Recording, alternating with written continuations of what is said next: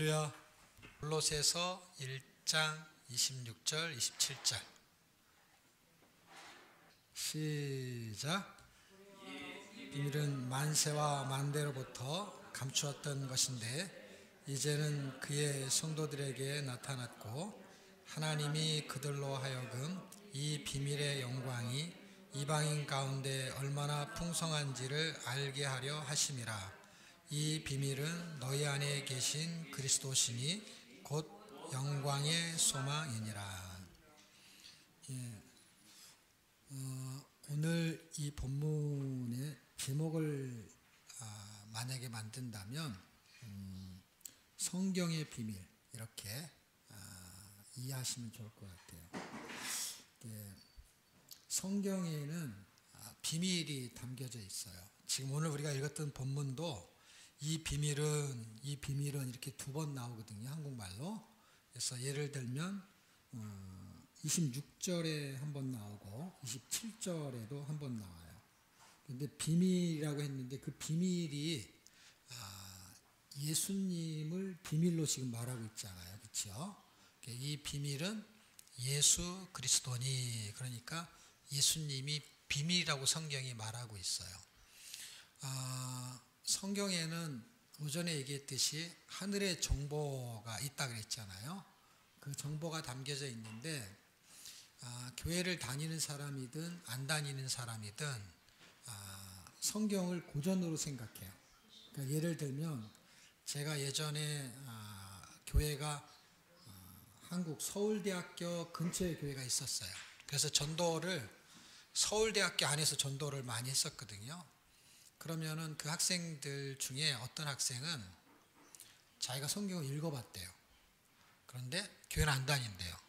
그래서 어떻게 해서 읽어봤냐 그랬더니 성경은 하나의 고전적인 하나의 책인 거야, 책. 그냥 책으로 읽은 거야. 우리는 교회를 다니니까 이게 정경이잖아요, 성서가. 그런데 그 사람들이 생각할 때는 많은 학문의 책 중에 굉장히 고전적인 의미 부여가 되는 책인 거야. 그래서 한 번 정도는 그냥 자기가 그래도 한국에서는 꽤 괜찮은 대학을 다니고 하니까 책을 하나 읽었다라고 생각을 하는 것이죠. 그런데 그 책의 내용을 교회를 다니는 사람조차도 그 성경을 읽으면서도 성경이 무슨 정보를 말하고 있는지를 잘 몰라요. 그 너무 신기하지 않아요? 그런데 사람들은 성경 읽으면 되게 어렵다, 쉽다 이런 것으로 접근을 해요. 그거를 이렇게 해석하면 어떨까요? 난이도라는 것은 이해가 되죠, 그렇죠? 난이도라는 건 뭐냐면 굉장히 어려운 거, 쉬운 거. 예를 들면 수학의 개념으로 했을 때 초등학생이 구구단을 만약에 배운다. 그러면은 구구단을 배울 때 초등학생 수준에도 1단, 2단, 3단, 9단까지 있다고 했을 때 그 아이가 학년이 낮을수록 9단을 다 외우지 못하고 막 한 2, 3단 정도 외웠다. 그러면은 9단 막 8단 이런 거는 좀 난이도가 있는 느낌이 들 거예요. 그 어린아이 입장에서. 근데 중학생이 딱 됐어요, 만약에. 그럼 9단 1단에서 2단부터 1단에서 9단까지 있는 그 내용이 어느 정도 그 어릴 때는 초등학교 때는 그게 어떤 난이도 느낌이 들었는데 중학생 정도 되면 이 난이도가 난이도를 느낄까요? 아니면 그냥 다 그냥 쉽다고 생각할까요? 중학생쯤 되면 쉽다고 생각해요. 그게 학습이거든요. 학습이 어느 정도 되면은 난이도 있는 것들이 어느 정도의 학문이 접근하면은 그거를 습득이 돼요. 근데 난이도의 문제는 뭐냐면 그 습득이 안 되는 나이일 때는 굉장히 어려운 거예요. 예를 들면은 미분, 적분, 그럼 이건 엄청난 난이도인 거예요. 구구단도 못하는 사람한테 미분, 적분을 가르치면 되게 힘든 거예요. 그럼 이런 거는 난이도의 문제야, 난이도. 성경을 난이도로 생각하게 되면은 교회를 오래 다니는 사람 순서대로 성경을 이해해야 돼요. 무슨 말인가 이해가 됐으면 좋겠는데 초등학생, 중학생, 고등학생인데 초등학생일 때는 이걸 수학으로 말하는 걸 성경으로 이해해 보세요. 초등학생일 때는 구구단이 난이도였지만 중학생 되면 그 정도는 뭐 난이도가 아니죠. 근데 미분적분은 난이도가 높은 수준인 거죠. 그러려면 그 정도로 가려면 교회를 처음 나오듯이 초등학교에 처음 들어간 아이가 그 미분적분을 금방 알 수가 없죠. 그러니까 성경을 이런 식으로 해석을 하게 되면 교회 처음 나온 사람은 당연히 성경을 잘 모르니까 난이도로 접근을 한다는 거예요. 그래서 시간이 지나서 고등학생이 되면 미분적분을 배우잖아요. 그러니까 처음에는 난이도가 있었는데 시간이 지나면 난이도의 문제가 어느 정도 해소가 될 거 아니에요. 근데 교회를 30년 다니도 여전히 난이도의 문제에 걸린단 말이에요. 제 말 이해가 됐어요? 여전히 어려운 거야, 성경이. 여전히 초등학문인 거야. 여전히 무슨 얘기냐면 초등학교 수준인가. 10년만 다니면은 6년, 우리나라 6년이니까 초등학교 6년 다니면 중학생이 되잖아요. 근데 10년을 다녔는데도 초등학생 수준이야.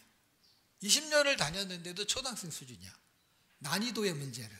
익숙한 거 말고, 익숙한 거는 찬양 부르고 그 다음에 교회의 장소, 처음에 오면은 뭐 여기 화장실이 어디 있지 이런 것도 모르잖아요. 근데 시간이 지나면은 익숙해지는 거에 대해서는 1년, 2년 부활절은 뭐 하는 거고 성탄절은 뭐 하는 거고 다 안단 말이에요. 근데 30년이 지나도 뭔가의 어떤 부분에 대해서는 여전히 난이도를 느껴요. 풀 수 없는 숙제처럼 무슨 말인지 모르겠어. 성경이 66권이 있어요. 66권을 1년에 그 챕터 하나씩, 예를 들면은 한 권씩 그걸 이렇게 공부했다고 쳐요. 그러면 몇 년 걸리죠? 66년 걸리죠. 66년 동안 신앙생활을 하면은 그러면은 이 난이도의 문제를 해결할 수 있을까? 할 때 아니거든요. 왜냐하면 여러분이 60년을 안 치더라도 좀 오래 다녔던 사람, 내가 교회를 30년 다녔어 이런 사람도 있잖아요. 그럼 꽤 다닌 거잖아요. 그렇죠? 교회를 한 30년, 40년 다녔어. 그러면은 3, 40년 동안은 성경을 어쨌든 들고 다닌 거고 설교도 듣고 경우에 따라서는 큐티도 하고 경우에 따라서는 성경 공부도 다양하게 할 수 있어요. 꽤 긴 세월이에요. 그럼에도 불구하고 성경이 늘 어려운 거는 해소가 안 돼. 이해가 안 돼. 그거를 난이도로 이해할 거냐 아니면 비밀로 이해할 거냐, 이거를 이해하셔야 돼요. 그래서 제가 깨달은 거는, 제가 성경을 몰랐을 때는 성경이 난이도의 문제인 줄 알았어요. 그래서 사람들한테 질문해요. 제가 구약이 쉬워요, 신약이 쉬워요? 상대적인 얘기예요. 여러분 입장에서 여러분은 구약이 쉬워요, 신약이 쉬워요? 신약이 쉽죠. 그럼 구약이 쉽다는 사람도 있을 수 있죠. 상대적인 거니까. 그 사람은. 그런데 보세요. 성경을 어느 정도 공부하잖아요. 그러면 구약이 쉬워요. 제 말을 이해할 수가 없겠죠, 지금은. 왜냐하면은 신약이 쉽다고 했으니까. 그리고 구약은 어렵다고 한 거니까. 상대적으로 내 기준에서, 다른 사람 기준이 아니라 내 기준에서 구약은 어렵고 신약은 쉬워 했을 때 내가 생각하는 기준이 있거든요. 그래서 신약은 뭐 때문에 구약보다 쉽고 구약은 뭐 때문에 신약보다 어렵다라는 나의 기준이 있는 거예요. 근데 그런 기준이 대부분이 구약은, 많은 퍼센트가 구약은 어렵고 신약은 쉽다라고 이렇게 인식을 해왔어요. 근데 제가 성경을 읽고 어느 정도 어떤 깨달음을 하나님이 주셨을 때 느끼는 거는 구약이 쉽다는 걸 제가 느꼈어요. 왜 그러냐면 구약은 스토리예요. 그리고 신약은 구조예요. 무슨 얘기냐면 스토리의 내용이 이미 이해가 된 사람들이 신약을 쓰고 있는 거예요. 그러니까 이 성경을 쓴 사람들은 여러 나라 사람이 아니고요. 대부분이 이스라엘 사람들이에요. 그러니까 어떻게 보면 자기 나라의 역사예요, 이게요. 그러니까 구약의 역사적인 배경을 이미 알고 있는 사람들, 다시 말하면 사도 바울이 구약의 율법에 정통한 학자 들어보셨죠? 그 학자가 구약을 이미 잘 알고 있다고 얘기하고 있잖아요. 그렇죠? 그 사람이 책을 쓴 게 바울 서신이에요. 맞죠? 그러니까 이 내용이 신약이 스토리 같은데 신약은 스토리가 아니에요. 신약이 스토리고, 그러니까 신약은 이야기가 기록이 된 거고요. 신약은 이야기가 기록된 것처럼 느끼는데 그게 아니고 교리 같은 이야기. 그러니까 이 내용이 숙지가 된 사람이 이것이 풀어진 것을 약간 요점 정리해 놓은 것이 신약이 돼버린 거예요. 그러니까 이 요점 정리된 것을 가지고 이거를 이해하기가 되게 어려운 거예요. 왜냐하면 원래의 원문을 읽고서 이 내용은 이런 거구나 라는 것으로 요점을 정리해 놓은 책이 거의 다 신약이다 보니까 이거를 설교를 많이 듣고 이건 이런 거야 라는 강의를 많이 들었기 때문에 이게 쉽다고 느껴지는 것이지, 사실은 구약은 어린아이가 읽으면 금방 이해가 되는 그런 내용이 서술된 거예요. 단지 연대라든지 지명이라든지 또는 그 당시에 인물들이 나오는 게 우리하고 약간 거리감이 있어서 먼 얘기 같아서 그렇지, 스토리라고요. 아이들이 읽으면 이게 훨씬 더 재밌는 거예요. 신약은 재밌는 내용이 없어요, 여러분. 예?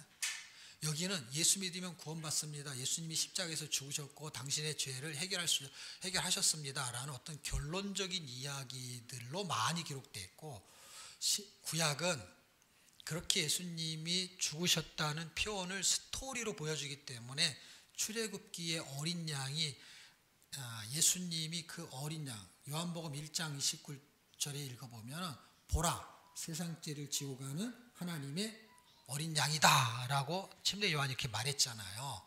그 요한이 말한 예수님을 어린 양으로 표현했을 때 그 어린 양으로 표현한 그 어린 양에 대한 스토리가 없다니까요, 신약에는.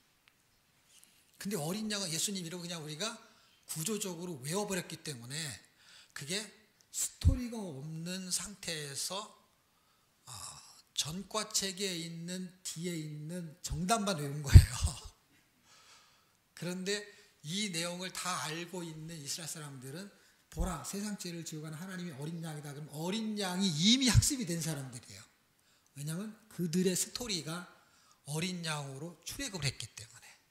그래서 출애굽기는 굉장히 길지요. 40장으로 되어 있는 그 얘기를 하나로 함축해서 제목을 달랑 잡으면 세상 죄를 지고 가는 하나님의 어린 양의 모습을 보여준 것이 출애굽기예요.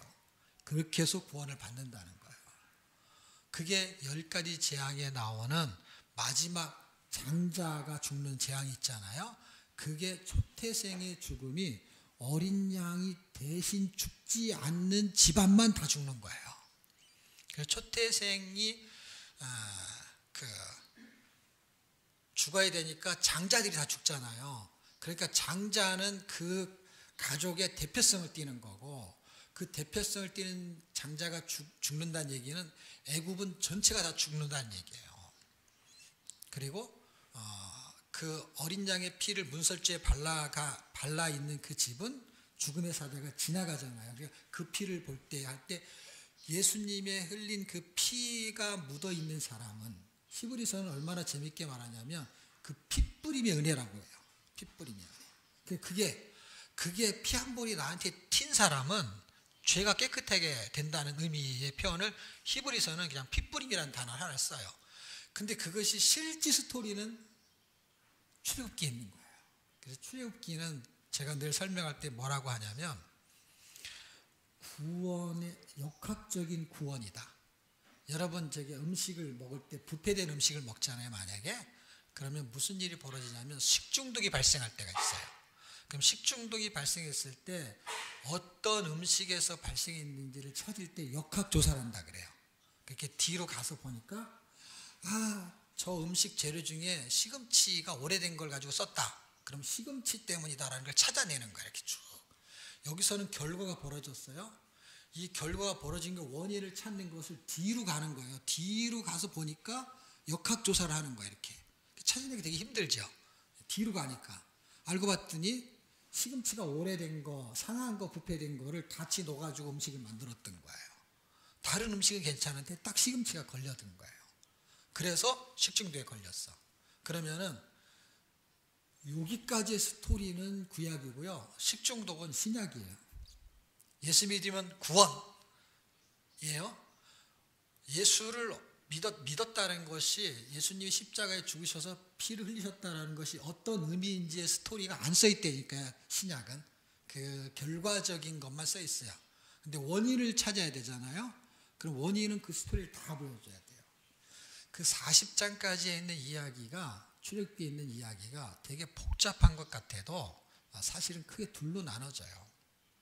둘로 나눠진다는 것은 40장이 길기 때문에, 그리고 뭔가 계속 뭐가 반복이 되기 때문에 되게 어렵게 생각하는데, 그 스토리를 요약할 수만 있으면 신약에서 써진 책들의 내용이 이놈들을 다 갖다 써요. 요점 정리를 다 갖다 쓴다고요.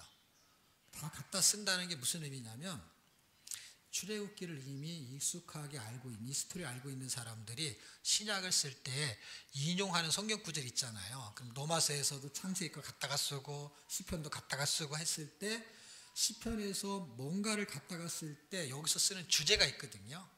만약에 사랑이라는 주제를 가지고 막 얘기하다가 어느 책에서 어느 책에서 인용을 딱 하잖아요. 그럼 이 책은 사랑에 대한 이야기, 스토리가 있는 내용을 갖다 쓰는 거예요.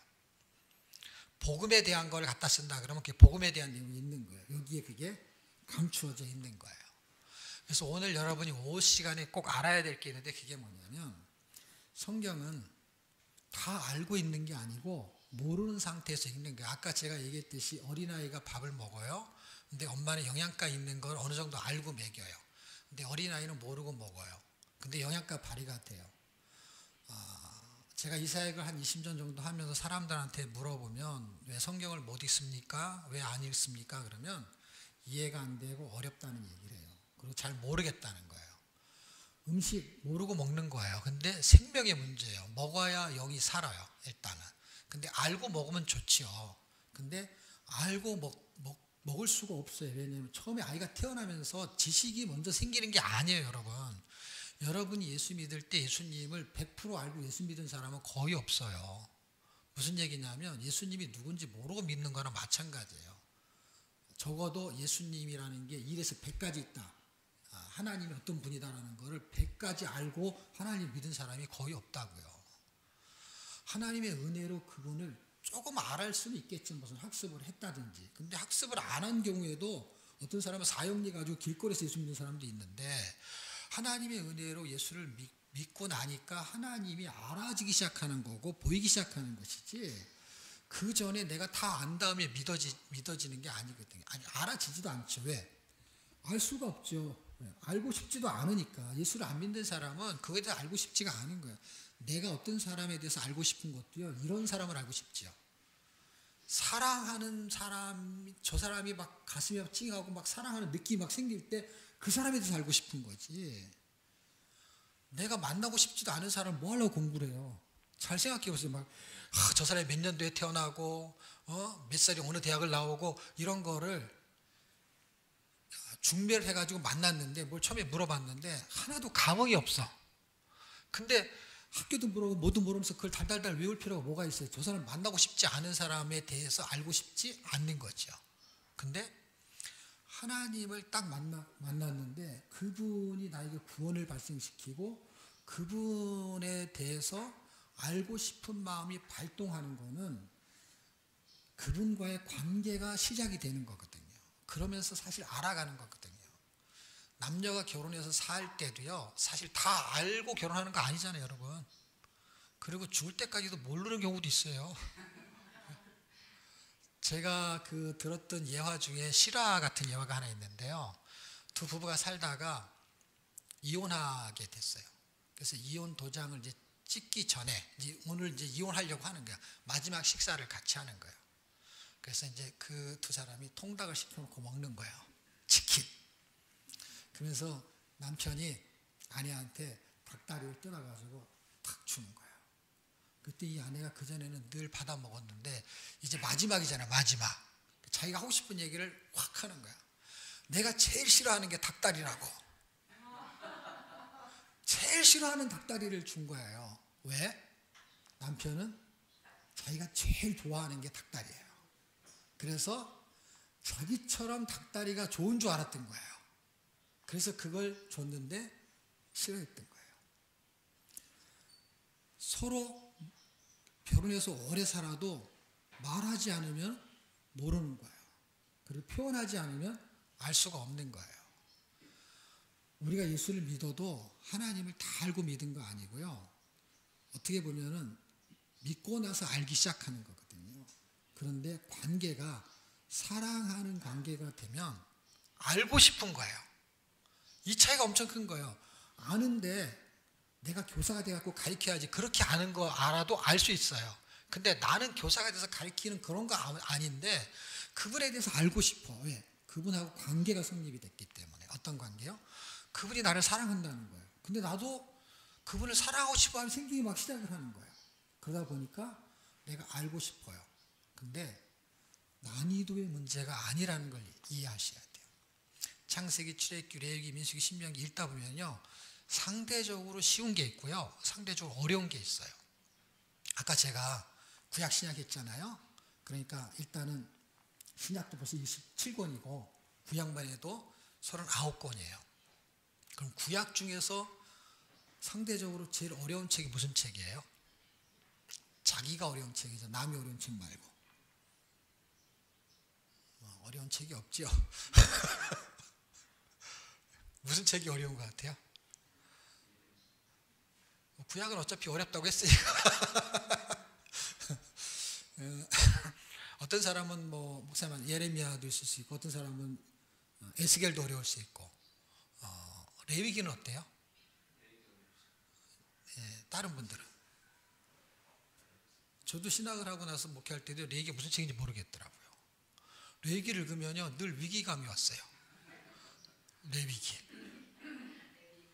그것이 내 위기인지 네 위기인지 내 위기인지 그 니을의 발음이요 발음을 한국 발음은 니을을 레위기 이렇게 해버리면은 약간 외국이라고 하면은 그게 니은으로 해도 내위기라는 식으로 들려요. 니을을 니은으로 해도 내위기 그러면 내위기예요. 그걸 여기다 어자를 붙이면 내위기 그러면은 너위기가 되는 거예요. 그러니까 이게 누구 위기인지를 모르기 때문에 위기가 오는 거예요. 내위기를 읽으면서 무슨 내용인지 모르겠더라고요. 근데 하나님이 제가 이 본문에 깨달음을 줬어요. 그게 뭐냐면 성경이 비밀을 말하고 있는 것이지 어려운 게 있고 쉬운 게 있고를 해놔서 어려운 거는 머리가 좋은 사람이 이해가 되고 쉬운 거는 머리가 좀 나빠도 금방 이해가 되고 이렇게 쓴 게 아니라는 걸 제가 깨달았어요. 아, 이거는 학습의 문제가 아니구나. 여러분 학습해서 예수 믿는 거 아닌 거 아시죠, 여러분? 그거를 공부한다라는 거는 저도 알고 여러분도 알아요. 근데 학습을 해야만 예수를 믿는 게 아닌 거예요. 다시 말하면 믿음은 학습이 아니라는 걸 이해하셔야 돼. 성경 공부는 학습이에요. 근데 믿음은 학습이 아니에요. 무슨 얘기냐면 믿음이 학습을 해가지고 1단계 믿음, 2단계 믿음, 3단계 믿음, 믿음이 좋다, 믿음이 크다 뭐 이렇게 표현한다면 공부해가지고 믿음이 커지는 거라고 생각해요? 아니면 뭔지는 모르지만 그건 아니라고 생각해요. 공부하면 믿음이 더 좋아집니까? 그러면 공부 많이 한 사람이 믿음이 좋아야 되냐? 그 순서대로. 그럴 수 있는 확률은 있을 수 있지만 그건 아니죠. 확률이란 건 뭐냐면 교회에 나오면 예수 믿을 확률이 안 다니는 소는 낮겠죠. 그리고 설교를 들으면 은혜 받을 확률이 높겠죠. 그러면 확률이 높다는 건 무슨 뜻이냐면 교회를 다녀도 이상하게 믿음 없는 사람이 있잖아요. 신기하지 않아요, 여러분? 그러니까 학습을 해서 얻어지는 것은 분명히 장점이 있고 분명히 좋은 점이 있어요. 그러나 학습으로 믿어지는 것은 아닌 거예요. 여러분이 학습해서 예수 믿은 거 아니거든요. 그거는 믿어져서 믿은 거예요. 그러면 성경은 비밀의 정보를 담아놨다라는 거예요. 이게 26절을 읽으면요. 만세와 만대로부터라는 건 뭐예요? 창조 이래 구약 전체는 하늘의 정보의 핵심이 누구냐면 예수예요. 예수.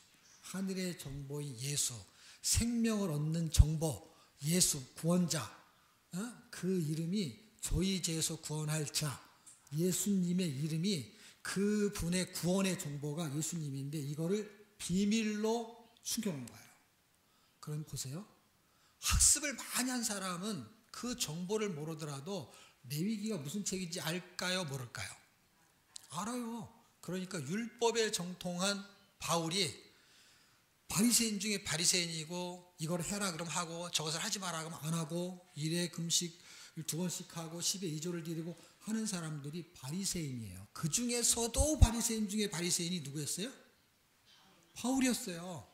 그리고 율법에 정통했다는 얘기는 뭐예요? 구약의 내용을 이미 숙지가 됐다는 거예요. 가르칠 수 있는 실력이 있는 거예요. 근데 그가 뭘 몰랐는 줄 아세요? 우리한테 희망이 있어야 돼요. 이스라엘 사람이고 이스라엘 중에서 율법에 정통하고 그리고 성경을 13권이나 쓴 바울이 구약에 정통했어요. 우리는 구약을 잘 몰라요. 근데 구약에 정통했어. 근데 뭘 몰랐는 줄 아세요, 여러분? 이 비밀을 몰랐다고요. 율법에 정통한 바울이 다 알았는데 학습해서 뭘 몰랐냐면 그 율법이 요구하는 목적을 몰랐어요. 그래서 뭘 몰랐냐면 예수를 몰랐어요. 너무너무 신기한 거는 제가 이야기하면 여러분이 다 알 수 있는 내용이에요. 스데반이 예루살렘 교회에 7 집사님 중에 한 분이세요. 그분이 길거리에 나가서 노방 전도를 합니다. 그래서 전도를 쫙 해요.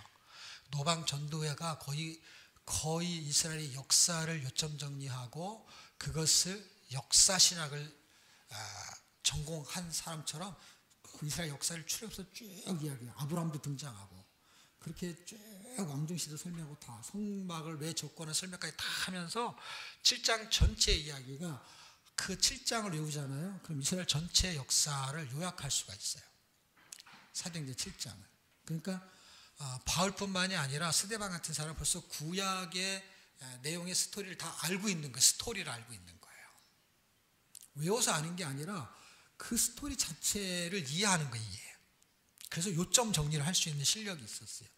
그 설교문이 7장이 얼마나 길어요. 쭉 설명을 해요.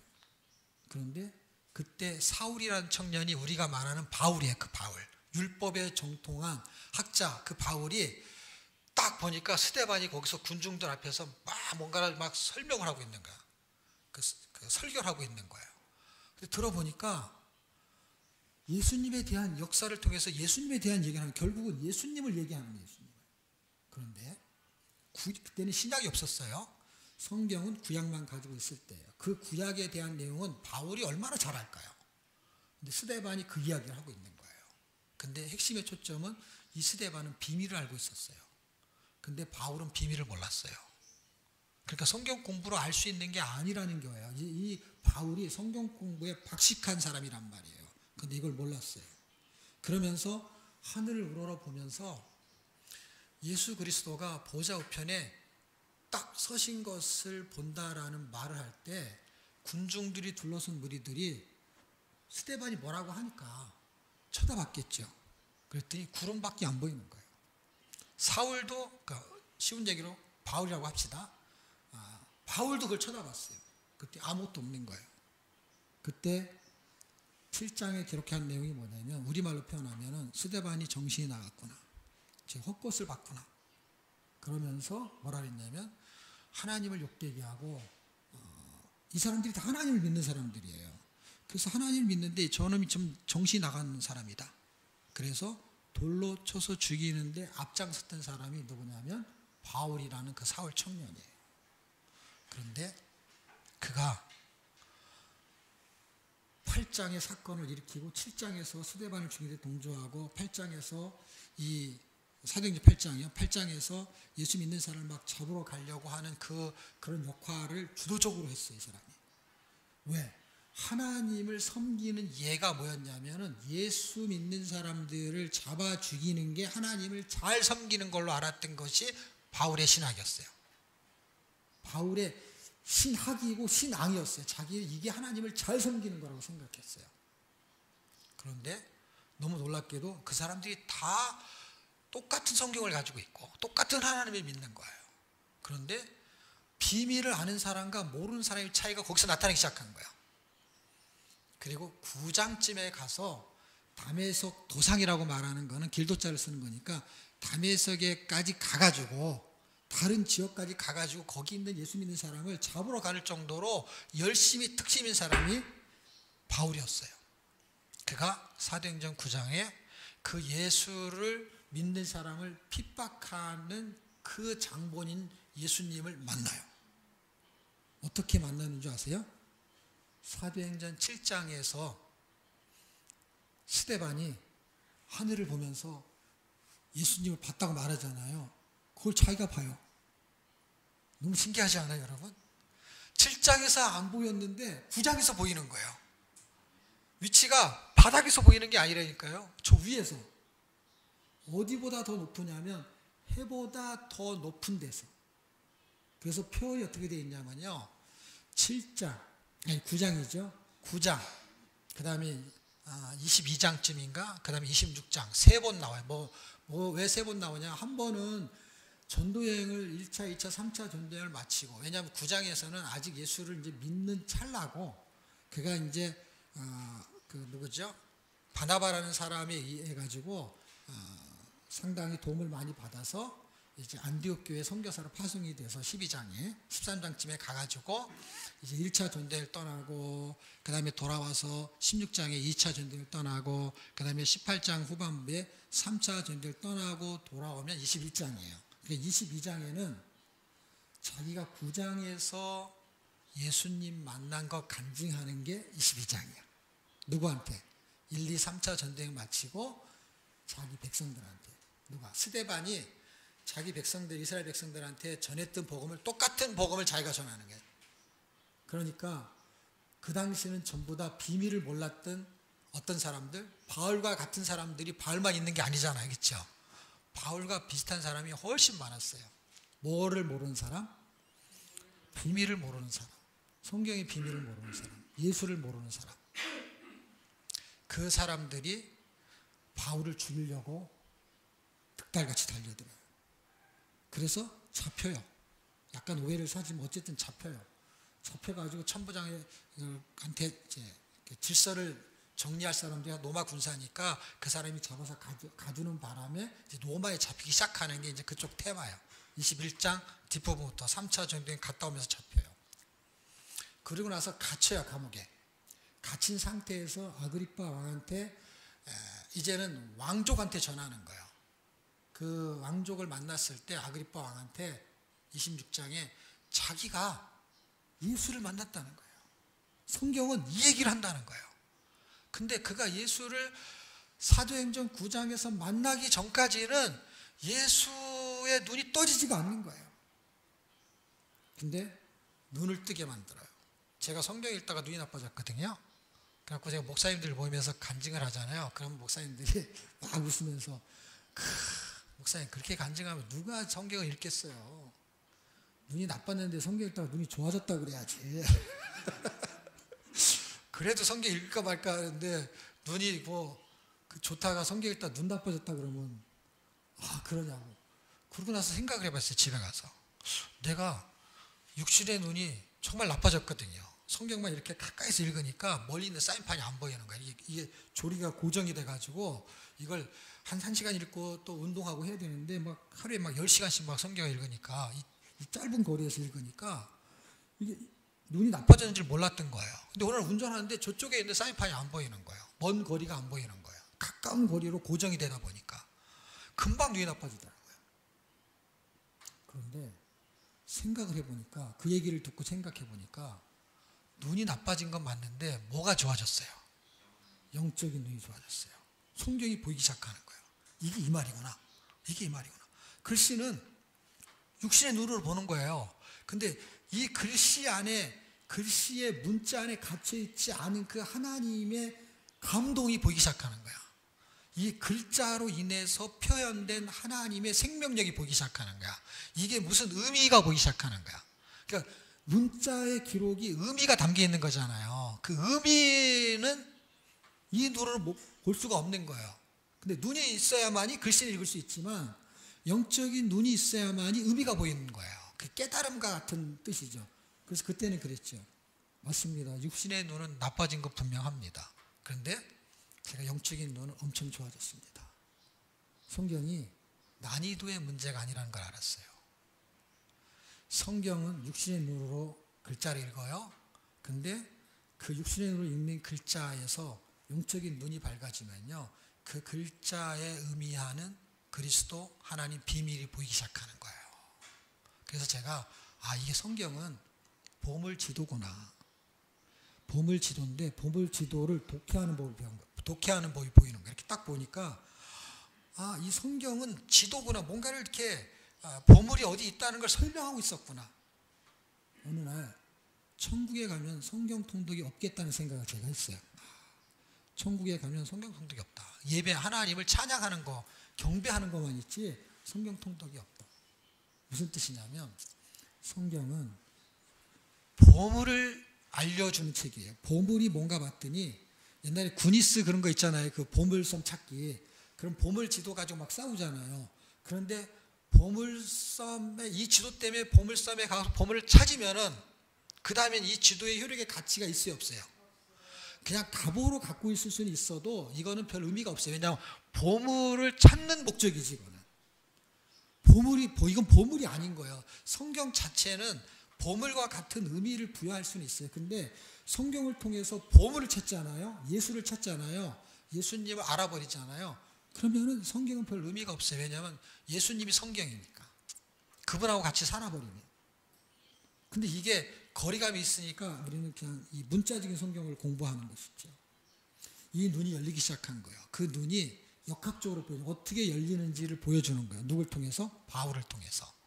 그래서 바울이 사도행전 9장에 예수님을 만나요. 근데 생각을 했을 거예요. 제가 아마 바울이라면 그때 스데반 이걸 봤구나 이랬을 것 같아요. 이게 보였구나. 딱 보니까 하늘에서 음성이 들리는데 너는 왜 나를 핍박하느냐. 깜짝 놀랐어요. 바울이. 왜? 자기는 스데반을 핍박했지. 예수 믿는 사람을 핍박했지 예수를 핍박한 적은 없었어요. 근데 너는 나를 왜 핍박하느냐. 성경이 예수님이 당신의 백성을 당신과 지금 동일시하고 있는 거예요. 그러면서 그 예수님을 만나고 나서 무슨 현상이 나타나냐면 눈은 떴는데 앞이 안 보이게 됐어요.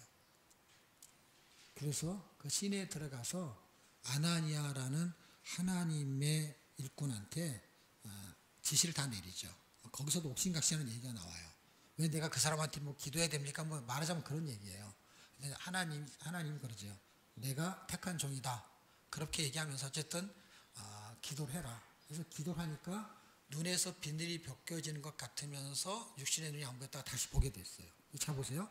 어떤 상태냐면 눈은 떴는데 안 보이는 상태가 됐고 뭔가가 안개가 낀 것 같은 어떤 비늘 같은 게 있는데 그게 떨어졌다는 거예요. 제가 해석하는 느낌은 영적인 눈이 감겨져 있던 것이 육신의 눈을 통해서 그 육신의 눈은 떴다는 얘기면 육신의 눈은 원래 그 눈이었던 것이고 이 비늘로 감겨져 있던 영적인 눈을 띄우면서 육신의 눈이 잠깐 안 보였다가 보게 하는 것은 영적인 눈이 감겼다가 떠지는 느낌이 들게끔 만드는 것 같아요. 제 생각으로는. 그리고 하늘에서 빛이 비쳤다 해서 그 빛 때문에 그렇게 됐다는 얘기예요. 성경이. 근데 보세요. 바울이 혼자 가지 않았거든요. 그러면 일행이 있었다는 거예요. 소리도 같이 들었고요. 빛도 같이 비쳤을 거예요.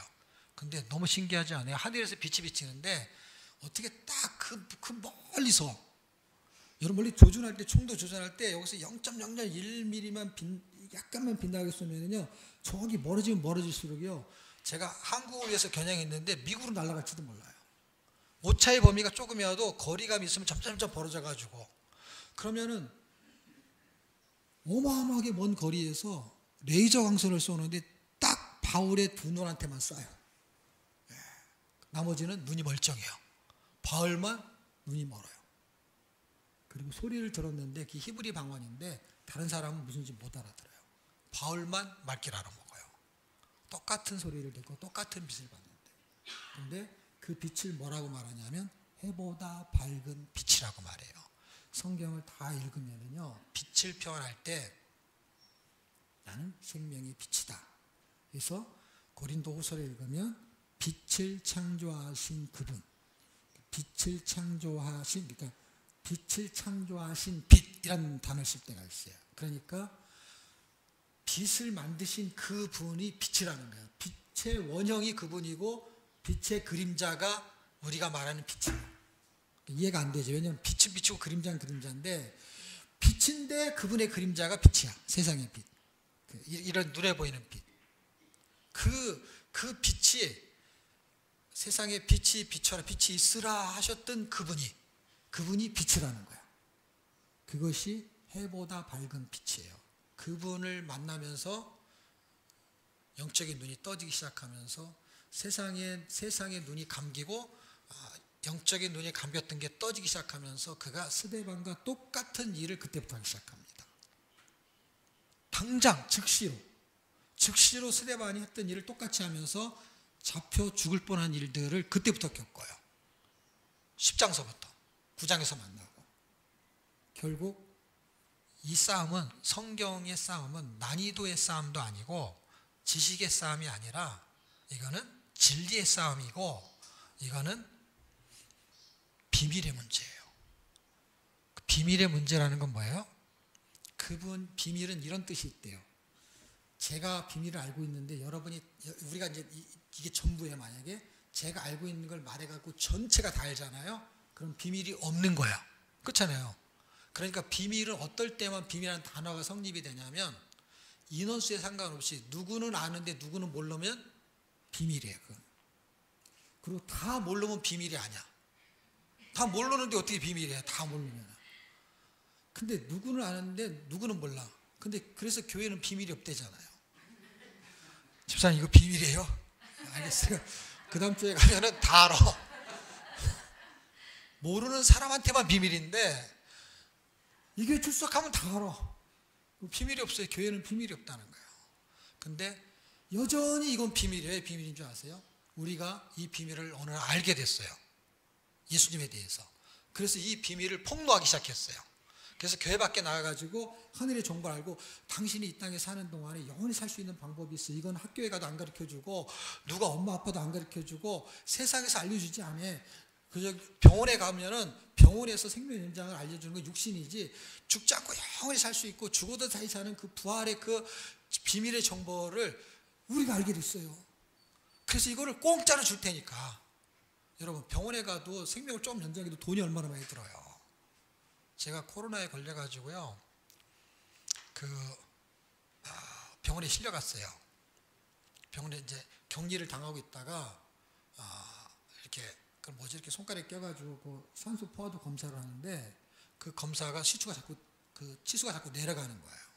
내려가니까 그 병원에서 연결해가지고 119하고 연결해서 거기다가 전화를 하라는 거예요. 그래서 그 사람들이 산소통을 들고 갖고 테스트를 한다는 거예요.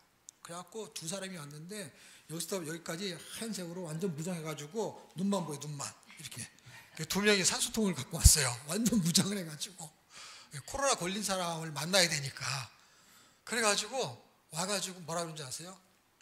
산소통을 들고 와가지고 코로 해가지고 이렇게 테스트를 하는 거예요. 그래도 치수가 안 올라가는 거예요.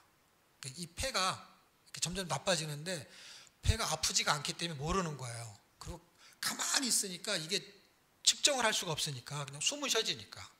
언제 알 수 있냐면 빠르게 뛰거나 걸으면 금방 알아요. 이게 숨이 차는 거예요. 근데 집에 가만히 격리했으니까 알 수가 없죠. 이걸로 치수를 재니까 확인이 되는 거예요. 그래가지고 이건 빨리 대학병원에 보내야 된다 그래갖고 그걸 뭐라 그랬죠? 공기를 막 정화해서 하는 갇히는 거 있잖아요. 그거 음악병동인가 뭐 그런 거 있잖아요. 예. 예. 그렇게 거기에 갇혀가지고요 15일 동안은요 산소 마스크 끼고 있는데, 그 끼기 전에 제가 이제 119를 탄 상태가 이제 산소 마스크를 거기서 껴줘가지고 이제 산소를 끼고 있는 상태예요. 끼고 있는 상태에서 병원에 내려가지고 병실로 가야 되잖아요. 병실로 가는 동안에 이거 빼고 얼른 가면 되잖아요. 거기서 올 때 있잖아요. 그 휠체어를 갖고 올 때 산소통을 달고 와가지고 이거 떼면서 곧바로 연결해가지고요. 한순간도 이 산소를 연결을 하는 거예요. 여러분, 이 코에 있잖아요. 이렇게 가만히 숨 쉬는 게요, 얼마나 행복한 거를요, 그때 몰랐어요. 이렇게 끼고 있는 게 얼마나 힘든 줄 아세요? 이렇게 껴고 이렇게 줄을 늘 달고 있는 게 산소통이 있다는 거예요. 이 숨 쉬는 게 하나가 얼마나 이 복되고 이 자연스러운 이 자체가 큰 축복이라는 거. 이게 산소통 원래 이걸요, 돈 주고 사면은요, 우리 이 숨 쉬는 게 이게 그냥 공짜잖아요. 이게 산소가. 여기 지금 교회 이 안에서 숨 쉬면 얼마 내세요? 이것이 우리 교회 산소예요. 저쪽 건물로 가면 그쪽 건물에 돈 받고 이래봐요. 그러면 이거 숨 쉬는데 돈이 막 나가는 거예요. 근데 실제 여러분이 아파가지고 1시간 산소 그 공급받는 거 돈을 내잖아요. 그럼 돈 내고 호흡을 해야 돼요, 여러분. 그렇게 해서 살라 그러면요, 밥 먹고 사는 것보다 숨 쉬는 게 돈이 더 많이 들어가요. 정말이라니까요. 그거를 경험을 15일이 지금 지나면 얼마 아닌 것 같은데 15일 동안 있어 보세요. 무지무지 힘들어요. 가만히 15일 동안 있는 거야. 그냥 숨만 쉬고 있는 거야. 숨만 쉬고 있는 거야. 뭐 하려고 그 얘기했는지 기억이 안 나는데. 하나님이 그 영안을 열어줘서 이게 열리기 시작했을 때 깨달음이 뭐냐면 비밀이라는 걸 알기 시작했어요. 비밀인데 이 비밀이 하나님이 알려주기만 하면 아는 건데 우리는 이걸 공부해서 알려고 하는데 바울이 공부해서 몰랐다는 거예요, 여러분. 우리한테 희망이 있다는 건 내가 머리가 나쁘거나 아니면 뭐 고급한 공부를 못해서 내가 이런 지식이 부족하구나 이렇게 생각할 필요가 하나도 없다는 거예요. 왜냐하면 성경이 이미 그 비밀을 담아놨어요. 그리고 뭐라고 써놨냐면 바울이 이걸 깨닫고 쓰는 거예요. 골로새서 이걸 구약을 정통했던 이 사람이 이걸 깨달은 거야. 이게 비밀이었구나. 그리스도가. 성경은 하나님의 비밀이에요. 하나님을 이야기하고 있는데 그 하나님의 비밀은 예수님을 말하는 거예요. 보세요. 2장 2절 보세요. 제가 읽어드릴게요. 이는 저희로 마음의 위안을 받고 사랑 안에서 연합하여 원만한 이해와 모든 부유에 이르러 하나님의 비밀인 그리스도를, 하나님의 비밀이 뭐라고 써 있어요 지금? 그리스도예요. 그러니까 그리스도를 모르려면 누구를 모르는 거예요? 하나님을 모르는 거예요. 근데 하나님을 알려면 뭘 읽어야 돼요? 성경에만 하나님에 대한 얘기를 하는 거지 불경에 써 있는 게 아니잖아요. 그럼 어떤 책에도 없잖아요. 그러니까 성경은 뭐의 비밀이라고요? 하나님의 비밀은 예수님이라는 거예요. 그러니까 성경은 지금 이 비밀을 말하는 거예요. 레위기에서도 제가 그걸 깨달은 거야. 레위기에서도 뭘 얘기하냐면 레위기를 잘 설명한 책이 히브리서예요. 근데 히브리서를 읽으면 레위기를 읽으면 예수님이라는 예자가 없어요. 근데 레위기를 설명하는 히브리서에는 예수님에 대한 이야기가 있어요. 제사법을 통해서 말하고 싶은 이야기가 의미잖아요. 우리는 번제, 소제, 화목제, 속제제, 속건제 이 5대 제사가 그 레위기 얘기잖아요. 이 레위기 제사를 공부하게 되면 번제, 포노포리 공부하면 다 알아요. 소제, 그래 곡식을 드리는 오퍼링 제사, 신 오퍼링, 그 다음에 뭐 펠로시 오퍼링 이렇게 해서 공부하게 되면 제사에 대한 내용 이런 거에서 공부해서 알 수 있어요. 근데 이것이 무엇을 얘기하는 거냐 할 때 히브리서 기자가 이거를 보고 이거는 이 내용을 말하는 거구나 라고 쓴 게 신약이란 말이에요. 그러니까 이렇게 풀어져 있는 내용을 요점 정리한 게 신약이에요. 그러니까 이 내용을 모르고 신약을 아는 건 이상한 거야. 그리고 신약은 이 내용을 갖다가 자꾸 인용을 해요. 왜냐하면 여기에서 말하는 게 이런 의미를 말하는 거야 라면서 정리를 잘 해놓은 게 교리적인 책들이 많거든요. 뭐 예배소서라든지 구원론, 교회론 뭐 이런 것들이 거기에 많이 포진해 있거든요. 근데 여기서 갖다가 다 쓰는 거거든요. 원재료가 전부 구약이에요. 그 비밀을 깨닫게만 한다면 깨달을 수 있는데 예배소서 제가 하나만 읽어드릴게요.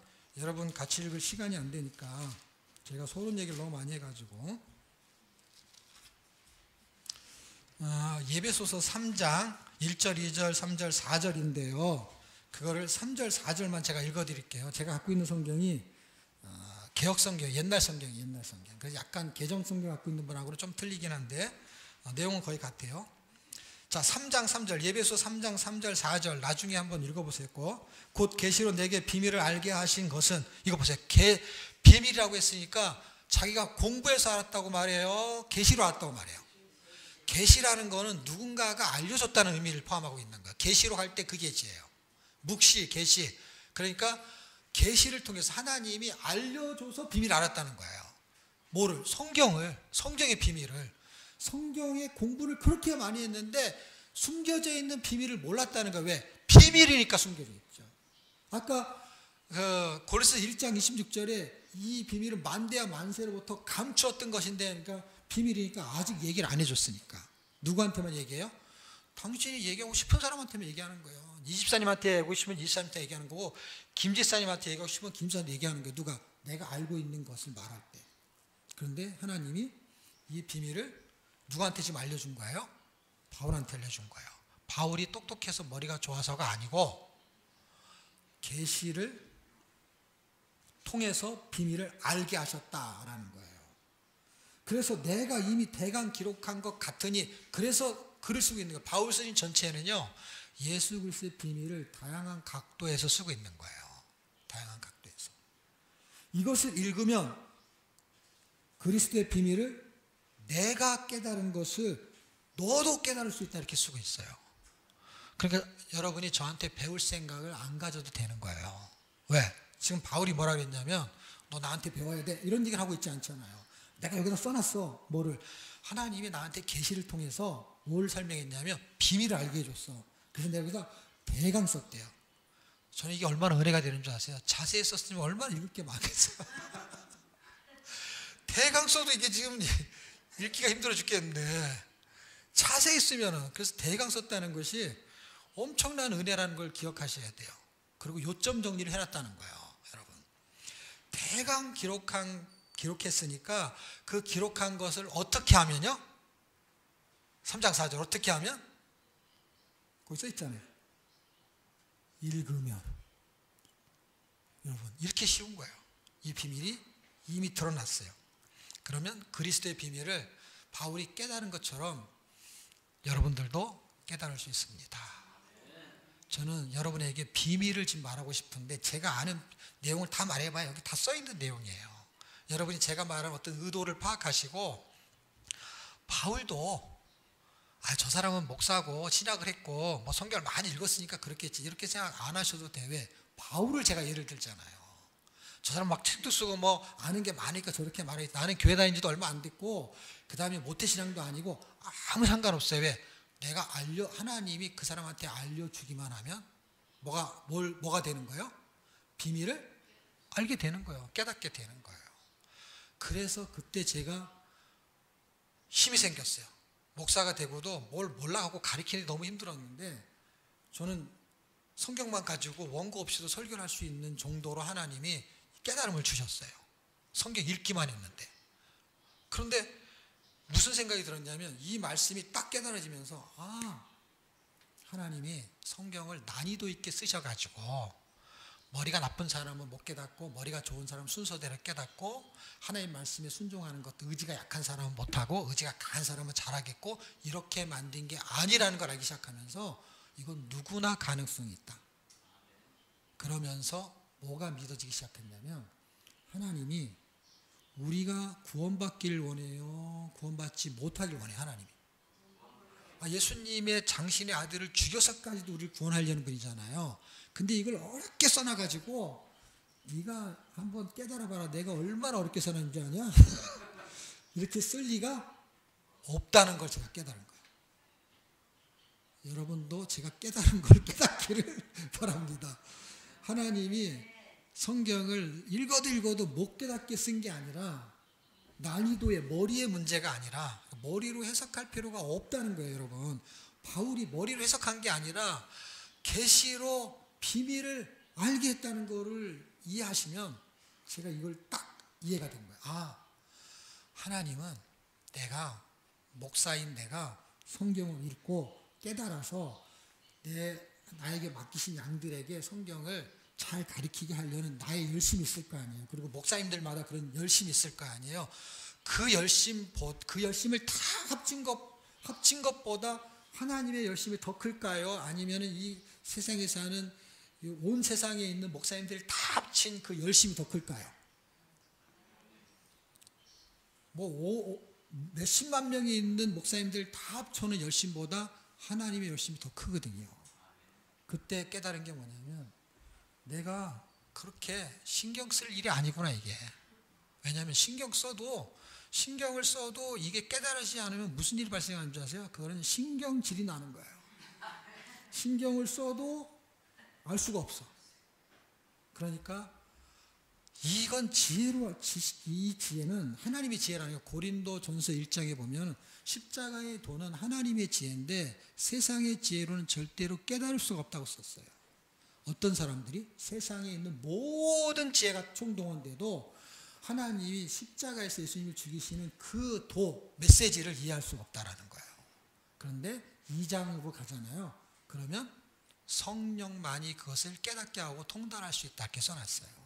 그러니까 그때 제가 깨달은 게 있어요. 이거는 머리의 문제가 아닐 수 있다. 이거는 하나님의 전적인 은혜가 필요한데 내가 성경을 깨닫고 싶은 것보다 하나님이 나를 더 깨닫게 하고 싶은 것이 크다는 것을 깨달았어요. 제가 그때 깨닫고 나니까 어떻게 해요? 자기가 깨닫게 하시겠지. 왜냐 나는 깨달으려고 하는 마음이 있으니까 어차피 안 깨달으려고 하는 게 아니라 나는 깨달으려고 하는데 안 깨달아지는 거예요. 그걸 내가 그냥 인정하는 거예요. 그런데 내가 안 깨닫고 싶다는 게 아니라 하나님 나는 깨닫고 싶은데 여태까지 안 깨달으셨는데 당신이 나를 깨닫게 하시려고 하는 것이 더 강하다는 걸 내가 느끼기 때문에 마음이 좀 편안하기 시작했어요. 그리고 하나님이 성경을 깨닫게 해야만이 성경이 풀어진다는 것도 제가 이해가 됐어요. 그분이 내가 이해하고 싶은 열망보다 당신이 성경을 쓰셔가지고 그거를 설명하는 거잖아요. 말하자면 그분이 나를 이해시키려고 하는 것이 훨씬 크다는 걸 알게 됐어요. 그리고 성경을 읽으니까 안 깨달아져도 시간차만 기다리면 돼. 왜냐하면 하나님이 나를 테스트할 수도 있는 거고 저놈이 정말로 내가 하는 말을 깨달으려고 하는지 테스트할 수도 있잖아요. 그분이 흉내만 내는 게 아니고. 그래서 저는 녹음기 이렇게 오디오를 틀어놓고 뭐만 했는지 아세요? 눈을 여기다 쳐다보고 이렇게만 했어요. 이렇게만. 이렇게 넘기는 거예요. 여기 다 넘어가잖아요. 그럼 다시 처음부터. 이것만 하루에 10시간씩 했어요. 바보가 아니면 하기 힘든 일. 이거는 공부가 아니기 때문에 이렇게 다 넘기면 남는 게 뭔지 아세요? 성경을 한 번 읽고 남는 거는요. 아무것도 없고 일복만 나와요. 공부를 하면 1시간 해도 남는 게 있어요, 여러분. 무슨 말인지 아시죠? 공부는 1시간만 해도 내가 습득한 게 있다고요. 읽기는요, 이놈 습득하려고 하면 2장으로 가야지. 그 다음에 골로새서 습득하려고 하면은 빌보서로 가야지. 그리고 습득이 안 되는 거, 읽기는 습득이 아니거든요. 읽기는 생각을 업데이트하는 거예요. 그분의 생각과 내 생각이 틀린 거예요. 그분의 생각이 나를 밀어내는 게 성경 읽기예요. 성경 공부는 내 지식과 그분의 지식의 차이점, 그분의 말씀을 내가 학습을 하는 거고요. 읽기는 학습이 아니에요. 생각을 옮기는 거예요. 어떤 책을 읽으면 그 책을 쓴 저자의 생각을 나한테 옮겨놓는 거예요. 하나님의 생각을 나한테 옮기는 게 성경 읽기예요. 단지 그 옮기는 작업을 통해서 무슨 문제가 발생하냐면 그분의 생각과 내 생각이 틀리다는 걸 발견하는 거예요. 그래서 이해가 안 되는 거예요. 왜? 그분의 생각과 내 생각은 다르기 때문에. 얼마나 다르냐? 하늘과 땅처럼 다르다라고 이사야서에 기록되어 있어요. 하나님의 생각과 내 생각 전혀 다르다. 당연히 성경이 이해가 안 되죠. 생각이 틀리니까. 여러분 남편하고 대화할 때, 연애할 때는 생각이 같아갖고 재밌죠. 근데 시간이 지나서 한 10년, 20년 결혼하고 살면은요, 대화가 안 돼요. 네, 생각이 달라서. 여러분의 자녀는 어때요? 초등학교 이렇게 다닐 때까지만 해도 말 잘 듣고 괜찮죠. 중학교만 들어가면 어때요? 대화가 안 돼요, 걔하고는요. 내 자식도 대화가 안 되고요. 한국말로 해도 안 되고 일본말로 해도 안 되고 대화가 안 된다고요. 그냥 밥 먹었네. 이런 대화는 돼요. 공부해 그러면 싫어요. 뭐 이런 대화는 되는데 뭐가 안 되냐면 소통이 안 돼요. 소통이 뭐예요? 서로 마음이 통하는 건 잘 안 돼요. 달라요. 같은 인간, 사랑하는 사람, 내 자식도 생각이 다르면요. 이해가 안 돼요. 쟤는 왜 저렇게 생각하지? 근데 성경은 뭐라고 기록하냐면 하나님의 생각과 내 생각은 완전히 다르다고 말했어요. 완전히 다르면요 이해할 수가 없는 거예요. 그분이 이해시켜야만 이해가 되는 거예요. 여러분의 성경 읽기는 비밀을 읽는다고 생각하시고 그 비밀은 감추어져 있는 건데 하나님이 바울에게 열어주시고 하나님이 그 정도는 아니지만 저한테 비슷하게 조금 열어주신 게 있어요. 그럼 무슨 얘기예요? 하나님은 어떤 특정한 사람한테만 편애해서 열어주는 게 아니라 여러분이 성경을 읽으려고 하고 그 말씀의 비밀을 깨달으려고 한다면 하나님이 여러분 각자에게 귀를 열어주고 마음을 열어주고 그리고 지혜를 열어주셔서 하나님의 비밀이 깨달아지게 될 줄 믿습니다. 이상입니다.